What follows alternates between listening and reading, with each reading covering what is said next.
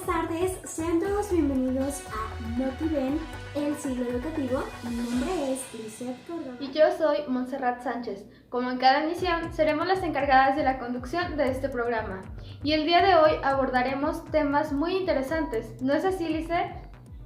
Efectivamente, Monse. Hoy hablaremos sobre las situaciones de riesgo a las que están expuestos los adolescentes, recordando que una situación de riesgo implica una conducta o una serie de conductas, así como circunstancias que ponen en riesgo la vida y el sano desarrollo del adolescente. Para ello vamos a tener de invitadas a un grupo de especialistas sobre el tema. Claro, Lizeth, y es por ello que hoy agradecemos la presencia de las señoritas Aline Santiago, Yusmani Sandoval, Fernanda Tlaxcalteco, Jocelyn Guzmán y Nelly Flores para hablarnos sobre algunas de estas situaciones de riesgo, entre ellas el embarazo, el bullying, entre otras. Te doy la palabra, Lizeth, para que presentes a nuestra primera invitada. Sean bienvenidas, es un honor contar con su presencia y vamos a iniciar con la participación de la doctora Aline, psiquiatra, especialista en adicciones, certificada por el Consejo Mexicano de Psiquiatría, quien nos va a hablar sobre la situación de riesgo adicciones. Comencemos. Muchas gracias, Montserrat y Liz. Efectivamente, las adicciones son un tema muy importante para nuestro país, especialmente para los adolescentes. Entiéndase adicción como una enfermedad crónica y recurrente del cerebro, la cual se basa en la búsqueda del alivio a través del consumo o uso de sustancias u otras conductas similares. Un estudio realizado por la Population Council de México reveló que la pandemia por coronavirus incrementó el consumo de sustancias en los adolescentes. El consumo de opioide y de marihuana incrementó en un 18 y 21% respectivamente, mientras que el consumo del alcohol incrementó en ambos grupos a un 14%. Las causas de una adicción son múltiples y distintas a cada adolescente. Entre las principales categorías se encuentran los factores sociales, los factores genéticos, factores familiares, individuales y escolares. Los síntomas que se muestran son pérdida de control de uso, con episodios de uso compulsivo que afectan la vida general de la persona. Estado de ánimo triste, irritabilidad, deterioro de la calidad de vida, negación o autoengaño, ansiedad, obsesión, insomnio, inquietud o preocupación excesiva y sentimiento de culpabilidad. Es importante trabajar y educar en edades tempranas y procurar brindar una buena educación emocional para evitar que los adolescentes puedan caer en estas distintas adicciones. Y en los casos de adicción, lo recomendable es asistir con un especialista en psiquiatría o a grupos de autoayuda. Sin duda, todo lo que menciona la doctora es una información muy valiosa y que nos permite conocer más sobre cómo impacta esta situación de riesgo en la sociedad, sobre todo en los adolescentes, que recordemos que la adolescencia es un periodo en donde empiezan a experimentar tanto cambios físicos, psicológicos, así como sociales. Todo lo que menciona la doctora Lynn es la educación emocional. Considero esto como una base para la autoestima, la comunicación, así como una forma de dar esta oportunidad a que los adolescentes muestren actitudes responsables. Muchas gracias, doctora Lynn.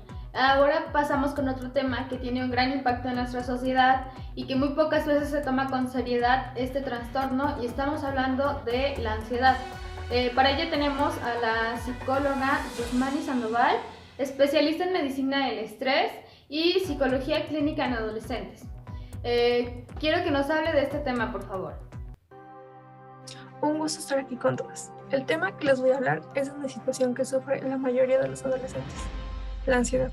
La ansiedad la entendemos como una respuesta anticipada a una amenaza futura, que no sabemos si realmente pasará, pero muchas veces se siente como algo real, enfocándonos únicamente en los escenarios catastróficos. Ahora, la pregunta importante es: ¿cómo sabemos si sufrimos de ansiedad? Son varios síntomas que la caracterizan, ya sean físicos, mentales o emocionales, como llantos repentinos, preocupación excesiva, dolor en el pecho, insomnios, por mencionar algunos. Se ha calculado que el 56% de la población mexicana ha presentado síntomas de ansiedad y aumentado estos con el confinamiento. Esta se ve causada por varios factores, ya sean sociales, familiares o patológicos, y esto ha afectado a nuestro sistema o las relaciones sociales. Lo ideal es ir con un especialista que valore la gravedad. Sin embargo, si no se tiene esa posibilidad, algunas de las recomendaciones que les doy son respirar profundamente, inflando el abdomen, inhalando en 3 tiempos y exhalando en 6 por la nariz. Buscar una distracción que ayude a tu mente a enfocarse en otra cosa, realizar técnicas de relajación, seguir rutinas, cambiar nuestra forma de pensar. Espero que esta información sea de mucha ayuda. Gracias por la atención. Mencionaste algo muy importante sobre el aumento de las personas que sufren este trastorno, y es que la pandemia nos ha llenado de incertidumbre a muchas personas independientemente de la sociedad, así que agradecemos los consejos que tú nos ofreciste el día de hoy. Así es, Monse. Ahora continuamos con la participación de la doctora Fernanda Tlaxcalteco, especialista en primer grado en Medicina General Integral y máster en Atención Integral a la Mujer, quien nos va a compartir la situación de riesgo de violencia intrafamiliar. Infortunadamente sabemos que en nuestro país hay una gran cantidad de casos sobre esta situación de riesgo. ¿Qué nos puede decir acerca de esto? Hola a todos, bueno, para mí es un placer estar en este programa tan importante y bueno, así es como lo mencionas, Liz, existe un gran índice de violencia intrafamiliar y pues yo les voy a explicar un poco en qué consiste y de qué trata, ¿sale? Bueno, la violencia familiar es un término utilizado para describir la violencia y el abuso de familiares o una pareja íntima, como cónyuge, excónyuge, novio, novia, exnovio o exnovia, o alguien con quien simplemente se tenga una cita. La violencia familiar puede adoptar muchas formas y, bueno, involucra el uso de intimidación, amenazas o conductas violentas para ejercer poder sobre y control sobre otra persona, en este caso la víctima. En general, la persona abusiva es de sexo masculino y la víctima es de sexo femenino, pero no siempre es así. Existen casos en donde es al revés. El maltrato infantil de personas mayores y de hermanos también se considera como una violencia familiar. Y bueno, las siguientes aspectos que voy a mencionar son los tipos de violencia. El primero es violencia física. Bueno, se refiere a cuando ya eres agredido, cuando tienes golpes que causan lesiones físicas que pueden incluir moretones, fractura de huesos, sangrado interno e incluso pues la muerte. La sexual es cuando se tiene como consecuencia una violación u otra actividad sexual forzada. La psicológica es cuando una persona que maltrata a menudo lo hace mentalmente o emocionalmente con palabras, amenazas, hostigamiento, posesión extrema, aislamiento forzado y destrucción de pertenencias, y pues en eso afecta. El acoso es una conducta de hostigamiento o amenaza repetida que a menudo deriva en el maltrato físico sexual. Y por último, la económica, que bueno, se da cuando la persona que maltrata controla el acceso a todos los recursos de la víctima, como el tiempo, el transporte, el alimento, la vestimenta, el refugio, el seguro y por supuesto el dinero. Y bueno, en ese caso, pues sí sería prudente que si ustedes están pasando por una situación así, busquen ayuda y alternativas para salir adelante, para salir de este trauma, porque no es fácil. Y bueno, eso ha sido todo de mi parte. Espero esta información haya sido muy valiosa para ustedes y muchas gracias por su tiempo aquí en este programa y sobre todo por la invitación. Muchas gracias. Muchas gracias, doctora Fernanda. Todo lo que nos comparte es una información muy relevante y que también invita a ser reflexivo. Aquí está presente una prevención primaria que va desde las normas de convivencia dentro del hogar, el trabajo de comunicación y diálogo, pero que también en ya casos donde hay una situación de riesgo mucho más elevada, que también exista disposición para acudir a un centro y busquemos pues la ayuda necesaria para lo que se está viviendo en ese momento. Ahora damos paso a otro tema que no necesariamente es exclusivo de las aulas, pero que se da en muchos casos aquí, y es el bullying.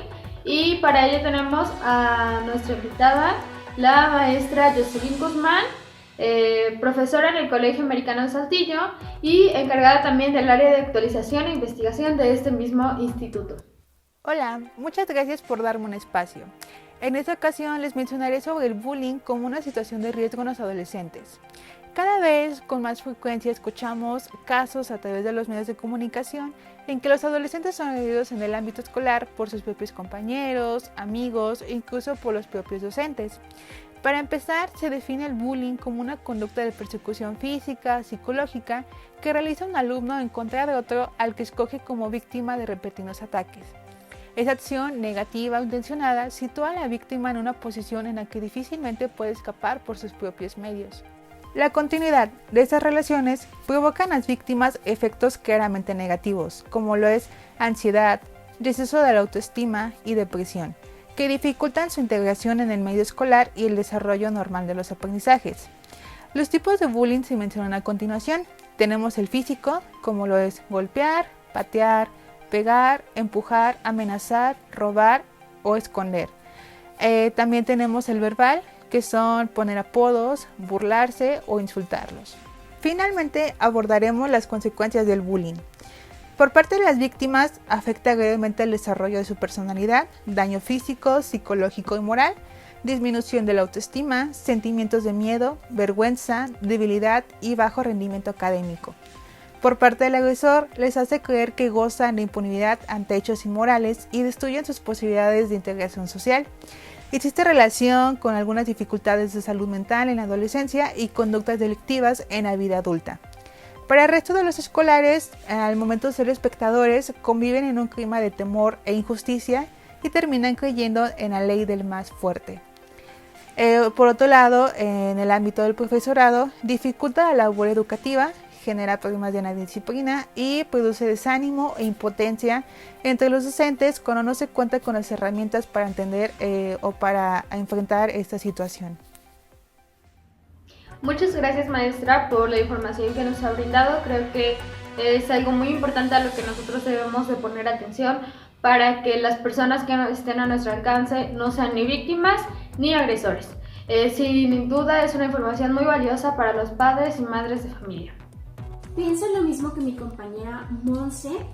Hasta este punto del programa hemos visto cuestiones muy interesantes que también son un punto para que todo el público que nos está viendo se dé la oportunidad de reflexionar y analizar cómo estas situaciones de riesgo están presentes en la vida cotidiana de los adolescentes. Estamos por concluir la sesión del día de hoy, pero antes de dar cierre a nuestro programa, vamos a pasar con la participación de la doctora Nelly Flores, especialista en psicología en adolescentes en el Hospital Ángeles.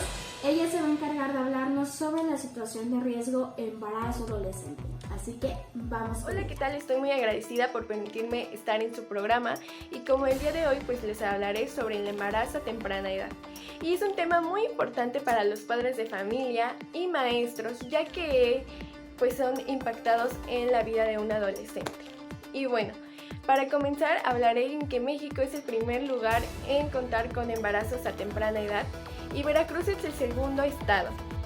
En ellos los lugares más reconocidos está Jalapa, el puerto de Veracruz, Minatitlán, Puebla, Papantla. Y bueno, algunas características del problema que se presentan en las madres adolescentes es la hipertensión arterial, la muerte fetal del intraparto, alteraciones en la posición del feto. Y algunas consecuencias del embarazo a futuro, ya sea si no tienes factores protectores consolidantes, como los maestros, tus padres, tus amigos o hermanos, pues puedes presentar algunas consecuencias como el riesgo de la vida, deserción escolar, trastornos psicosociales como el síndrome del fracaso o de personalidad, conflictos familiares, abandono de la pareja o carencias económicas.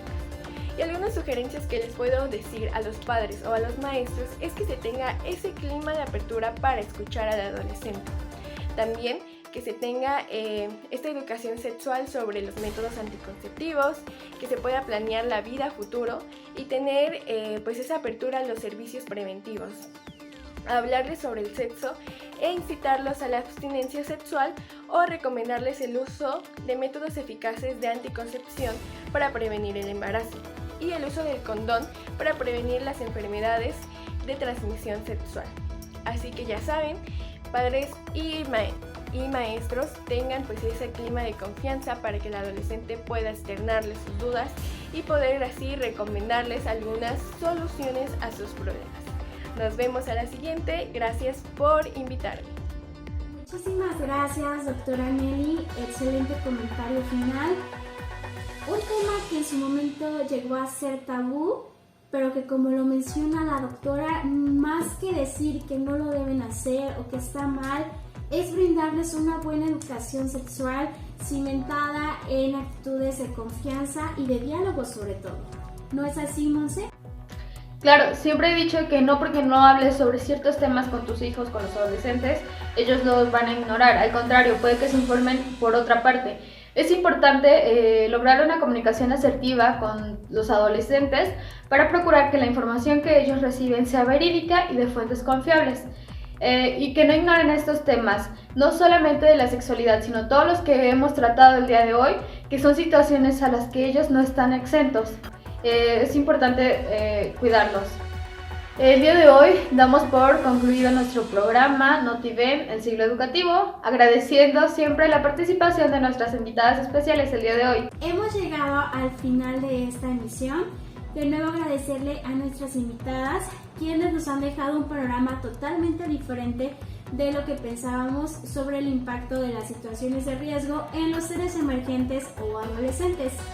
También agradecerle a nuestro público por acompañarnos a lo largo del programa e invitarlos a que nos sigan en redes sociales, Facebook e Instagram. Esto sería todo por el día de hoy. Que tengan un excelente fin de semana. Hasta la próxima.